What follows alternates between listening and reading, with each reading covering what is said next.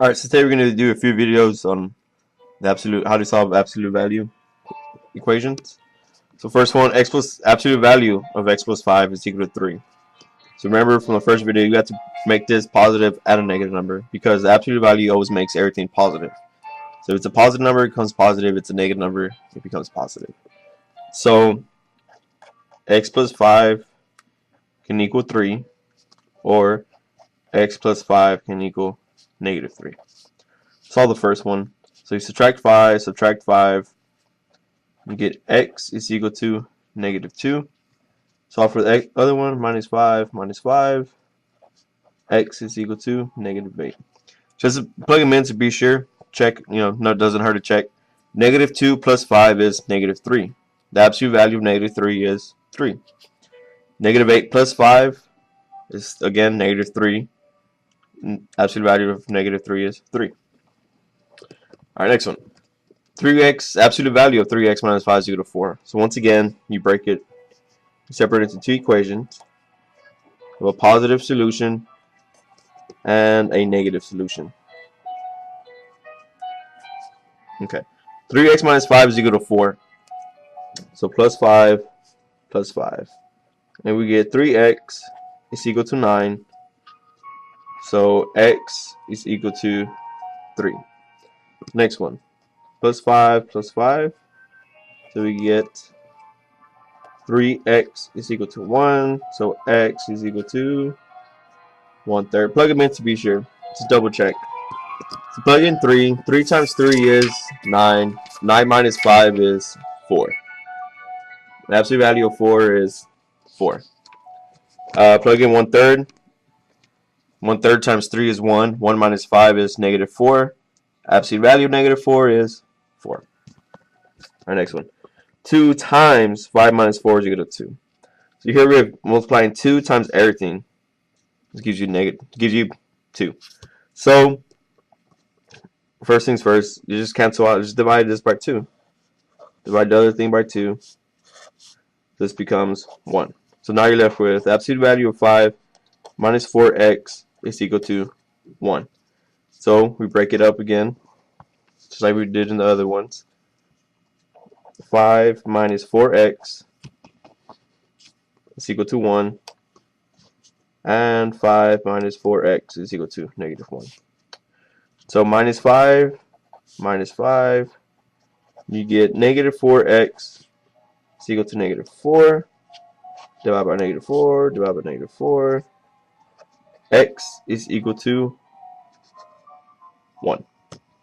Okay, the next one, 5 minus 4x is negative 1, minus 5. You get negative 4x is equal to negative 6.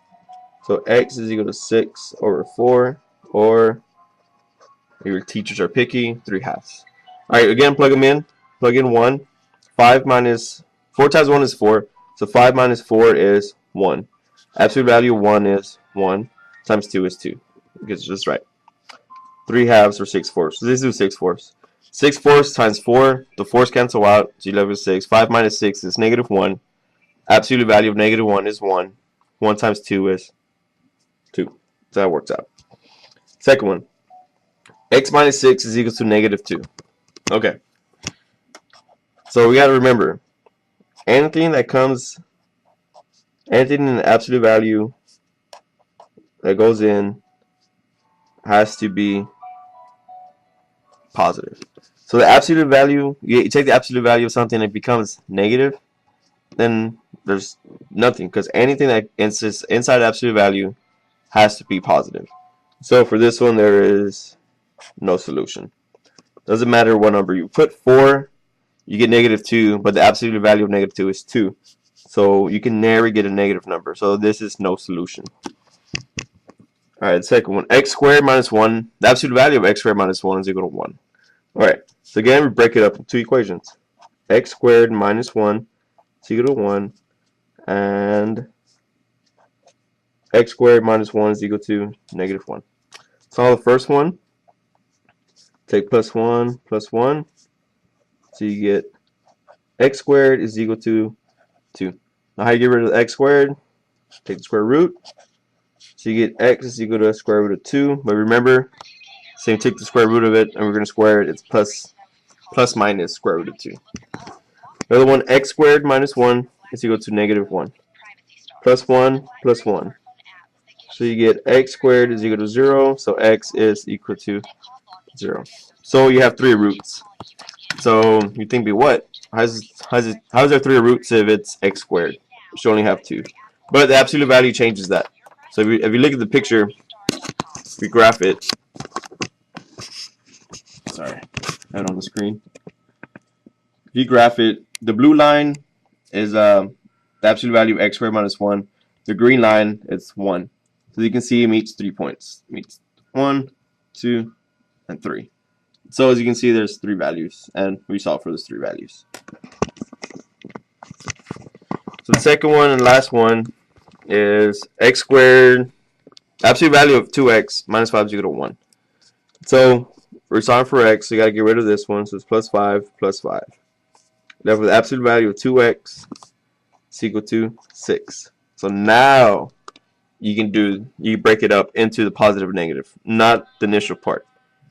So you get 2x is equal to 6, and 2x is equal to negative 6. X is equal to 3, x is equal to negative 3. Again, to be sure, plug them in. 3 times 2 is 6, absolute value of 6 is 6, minus 5 is 1. Plug in negative 3, 2 times negative 3 is negative 6. The absolute value of negative 6 is 6. 6 minus 5 is 1. Simple as that. So again, if you have any questions, just email me. Thank you.